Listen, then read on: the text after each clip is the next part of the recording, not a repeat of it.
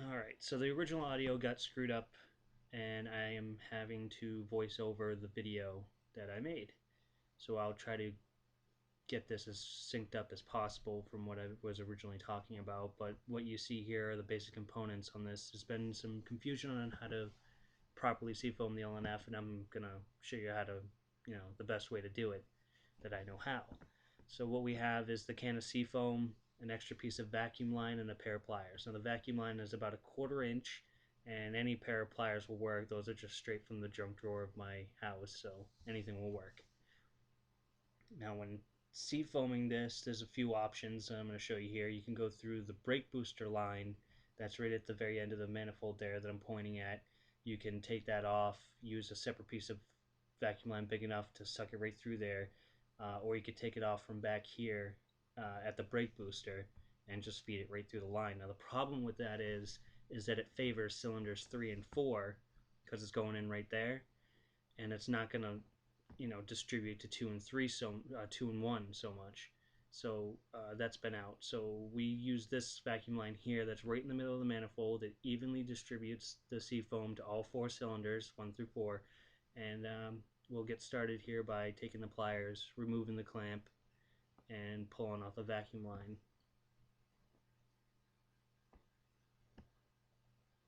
So I had to give it a little twist because it was kind of stuck on there. You might have the same problem. So give it a little twist to break it free and pull it right off. And you can put that right aside, just tucking it right there, and attaching the new separate piece of vacuum line that we're going to use to suck the seafoam through. I have a little trouble putting it on, so I had to put the camera down to get it on.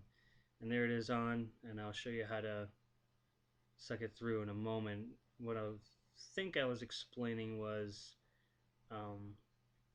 how slowly you should be sucking up the seafoam. You don't want to just dunk it in and uh, suck it up all at once. You just want to go in little by little, and you can suck it right out of the can or out of a glass. And I'm going to show you how to do it out of a glass in just a moment here. Now I got about 1/3 of the seafoam in that glass, and you don't want to dunk it all the way in like I was explaining. You don't want to do that. You just want to go along the edge of the glass, and it will slowly kind of slurp it up.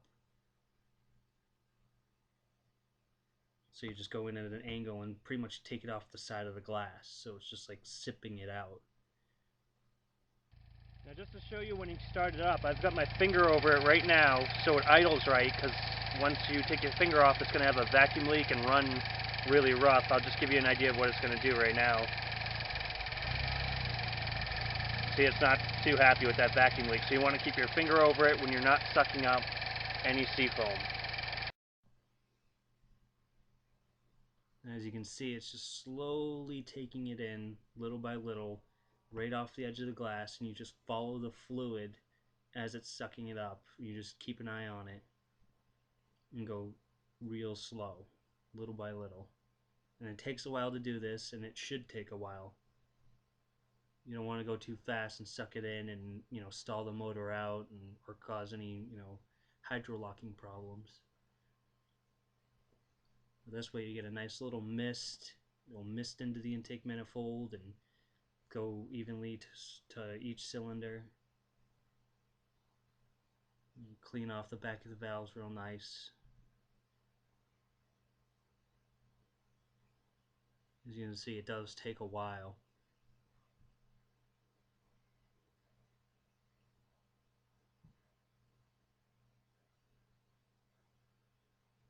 Now the engine will kind of sputter or idle high because of the extra fuel it's getting. And if you go too fast, it'll bog down. So that's when you know you're sucking up too much.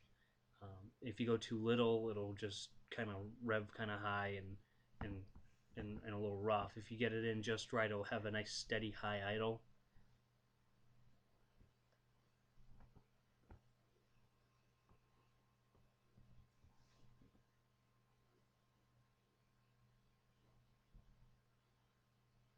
As you can see, it's just taking it in a little at a time, and we're almost done. You can see how purple my fingers got because it's about 18 degrees outside.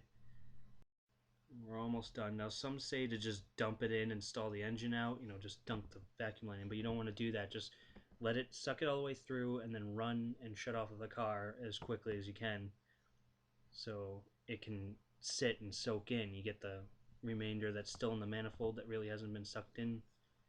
Now it's almost gone.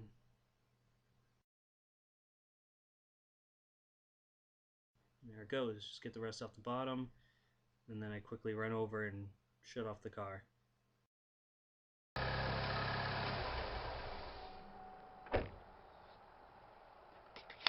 Now you can let that sit for about 10 minutes. In the meantime, you put your vacuum line back on, get the clamp back on there, and while you're sucking in, it might smoke a little. Mine really doesn't. It's been cleaned before. There's not a whole lot for it to smoke with, but I'll start it up and hopefully we get a smoke show. I'm not so sure how much there will be since I do this all the time, so there's not a whole lot of carbon for it to burn off. Start it up.